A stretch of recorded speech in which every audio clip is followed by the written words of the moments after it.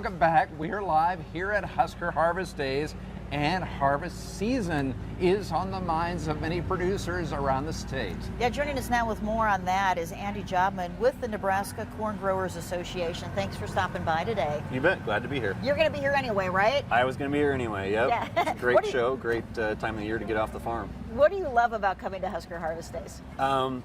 I love seeing all my friends from across the state that are also farmers, and then there's plenty of people, that aren't farmers that also attend as well, to learn what's going on in agriculture. So it's a great way to network with old friends and new ones, and kind of just get a feel for how the ag economy's, going, and everybody's looking forward to harvest, so a lot of excitement. Oh yeah. What is the outlook for the upcoming harvest? Yeah, so harvest looks really good where I'm at. We've had a lot of rain in central Nebraska, and so that's really eased the irrigation costs for a lot of producers. Usually we're irrigating, several times a week, and really there's only been about 2 or 3 weeks where we've really irrigated really intensely this year, so that's going to be a great cost savings for us. Crops look good, dry land looks really good. We've had a lot of disease this year. I don't know if everybody has noticed the humidity across the Corn Belt in Nebraska, and that's beneficial for our crops. It means it's raining, means they're getting watered, but it also brings on a lot of conditions that are conducive to crop diseases. And so we're kind of in this foot race to get to maturity.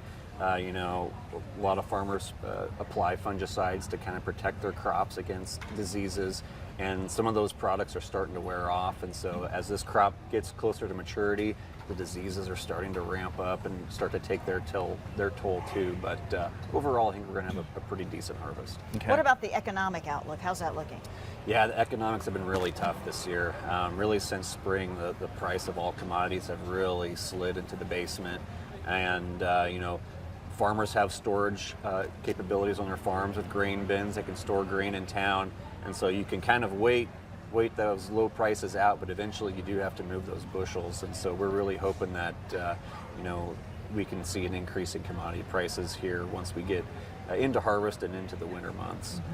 What are you seeing, down the road from a global outlook and an economic outlook around the world? I mean, how are things shaping up now?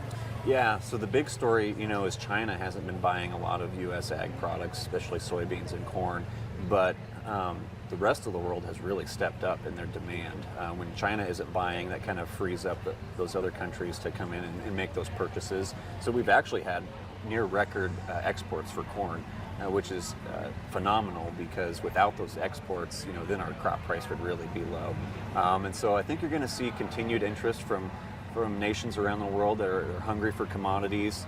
We're always interested in developing markets overseas with ethanol, with livestock products. Any way that we can move that bushel of corn off the farm into people's pocketbooks, whether that's buying products in the store like beef and pork and chicken, or whether it's fueling up their cars with E15 or E85 ethanol, or shipping the raw commodity overseas too for livestock producers around the world.